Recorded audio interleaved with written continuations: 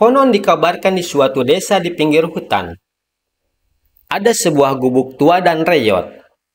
Gubuk itu nampak tidak ada penghuninya. Tidak terawat dan terlihat hampir roboh. Terpencil dan jauh dari pemukiman penduduk. Tidak ada satupun penduduk yang mau peduli dengan kondisi gubuk itu dan penghuninya. Bahkan seolah-olah sengaja diasingkan, supaya tidak berbaur dengan penduduk di sana. Gubuk itu terlihat seram dan angker. Tidak ada satupun orang yang berani, walau hanya untuk sekedar lewat.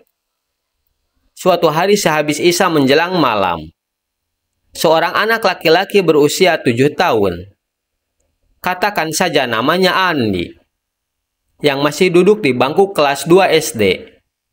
Dia keluar rumah untuk mencari kunang-kunang di pekarangan rumah untuk tugas sekolahnya. Samar-samar dia melihat bayangan hitam keluar dari gubuk itu, kemudian masuk kembali. Ada rasa penasaran dalam pikiran dan hati Andi untuk melihat lebih dekat sosok bayangan tadi, sehingga dia pun mencoba memberanikan diri pergi menuju gubuk yang seram dan angker itu. Dia melihat dari celah-celah bilik gubuk tua itu. Tapi pada waktu itu ada yang membuka pintu. Sehingga Andi pun terkejut, lari puntang-panting. Sampainya di rumah, Andi tidak habis pikir. Siapa yang membuka pintu gubuk tua itu? Karena masih penasaran, di malam berikutnya, Andi pun segera pergi menuju gubuk itu lagi. Dia membuka pintu gubuk itu dengan hati-hati dan masuk ke dalamnya dengan berjalan jinjit. Sambil mengendap pelan-pelan, Andi terkejut ketika ada yang menyapanya. Kemudian bertanya dengan suara yang lirih, "Siapa kamu, nak?" Dengan muka pucat penuh dengan rasa takut, Andi pun menjawab dengan gagap, Saya Andi."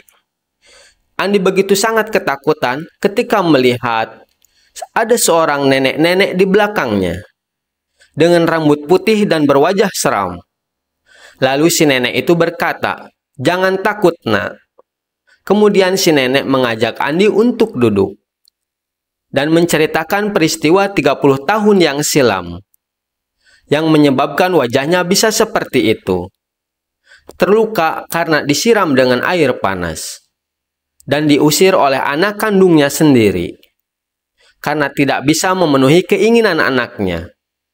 Sampai akhirnya dia pun tinggal di gubuk itu, hidup sendiri sebatang kara.